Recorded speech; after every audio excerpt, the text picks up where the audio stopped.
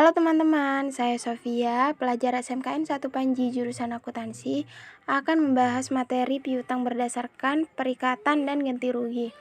Materi ini diambil dari buku Praktikum Akuntansi Lembaga atau Instansi Pemerintah yang diterbitkan oleh Erlangga dan pengarangnya Dwi Harti. Piutang berdasarkan perikatan dan ganti rugi. Jadi, piutang berdasarkan perikatan dan ganti rugi terdiri atas 3 macam, yaitu yang pertama piutang berdasarkan perikatan, kedua piutang tuntutan ganti rugi, dan ketiga penyajian dan pengungkapan. Jadi kita akan membahas tentang piutang berdasarkan perikatan.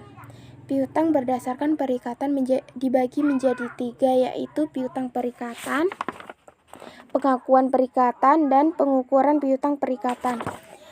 Piutang perikatan merupakan piutang yang timbul berdasarkan perikatan, dapat diklasifikasikan menurut karakteristik perikatan yang dibuat.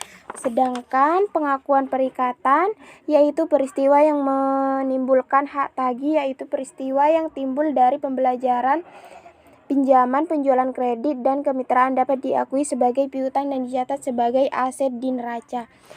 Sedangkan pengukuran piutang perikatan merupakan pengukuran atas peristiwa yang menimbulkan piutang yang berasal dari perikatan.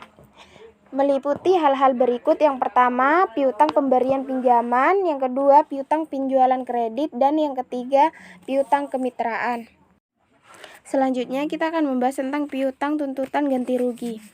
Piutang tuntutan ganti rugi dibagi menjadi 5, yaitu piutang yang berasal dari akibat tuntutan ganti rugi atau TGR, piutang yang timbul akibat tuntutan perbendaharaan TP, pengakuan piutang tuntutan ganti rugi atau tuntutan perbendaharaan, pengukuran piutang tuntutan ganti rugi atau tuntutan perbendaharaan, dan pengungkapan CALK.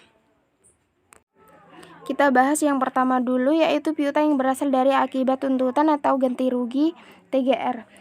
Tagihan ganti rugi adalah piutang yang timbul karena pengenaan ganti rugi negara atau daerah kepada pegawai negeri bukan bendahara sebagai akibat langsung ataupun tidak langsung dari suatu perbuatan melanggar hukum yang dilakukan oleh pegawai tersebut atau kelalaian dalam pelaksanaan tugas yang menjadi kewajibannya. Yang kedua, piutang yang timbul akibat tuntutan perbendaharaan atau TP. Tuntutan perbendaharaan dikenakan kepada bendahara yang karena lalai atau melakukan perbuatan melawan hukum mengakibatkan kerugian negara atau daerah. Selanjutnya, pengakuan piutang tuntutan ganti rugi atau tuntutan perbendaharaan. SKTJM merupakan surat keterangan tentang pengakuan bahwa kerugian negara tersebut menjadi tanggung jawab seseorang dan bersedia mengganti kerugian tersebut. Pengakuan piutang ini baru dilakukan setelah terdapat surat ketetapan. Yang keempat, pengukuran piutang tuntutan ganti rugi atau tuntutan perbendaharaan. Pengukuran piutang ganti rugi berdasarkan pengakuan dilakukan sebagai berikut.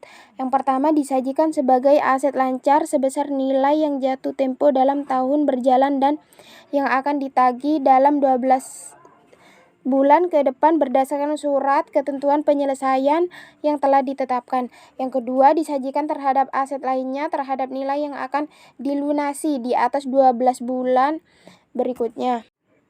Yang terakhir, pengungkapan CALK. Setelah disajikan di neraca, informasi mengenai akun piutang diungkapkan dalam catatan atas laporan keuangan. Informasi yang dimaksud merupakan hal-hal berikut. Yang pertama, kebijakan akuntansi yang digunakan dalam penilaian, pengakuan, dan pengukuran seluruh jenis piutang. Yang kedua, rincian jenis-jenis saldo menurut umur untuk mengetahui tingkat kolektibilitas. Yang ketiga, penjelasan atas penyelesaian piutang masih di Kementerian Negara atau lembaga atau sudah diserahkan penagihnya kepada PUPN. Yang keempat, tuntutan ganti rugi atau perbendaharaan yang masih dalam proses penyelesaian baik melalui cara damai maupun pengadilan.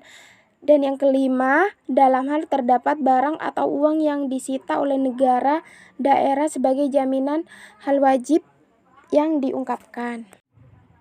Selanjutnya, yang ketiga, penyajian dan pengungkapan dibagi menjadi 2, yaitu akuntansi piutang tuntutan perbendaharaan atau tuntutan ganti rugi. Dan yang kedua, penyajian raca. Piutang disajikan sebesar nilai bersih yang dapat direalisasi. Penyesuaian nilai piutang dilakukan dengan penentuan nilai penyisihan piutang tak tertagih, yaitu taksiran nilai piutang yang kemungkinan tidak bisa diterima pembayarannya di masa yang akan datang.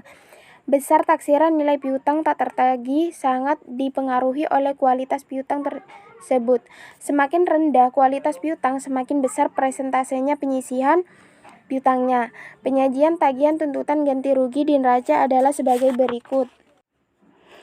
Aset lancar, piutang tuntutan ganti rugi, bagian lancar penjualan angsuran, bagian lancar TP atau tuntutan ganti rugi, penyisihan piutang tidak tertagih, piutang neto, aset lainnya, piutang TPA, piutang TP atau TGR. Jadi itulah materi tentang piutang berdasarkan perikatan dan ganti rugi. Terima kasih telah nonton sampai akhir. See you next time teman-teman.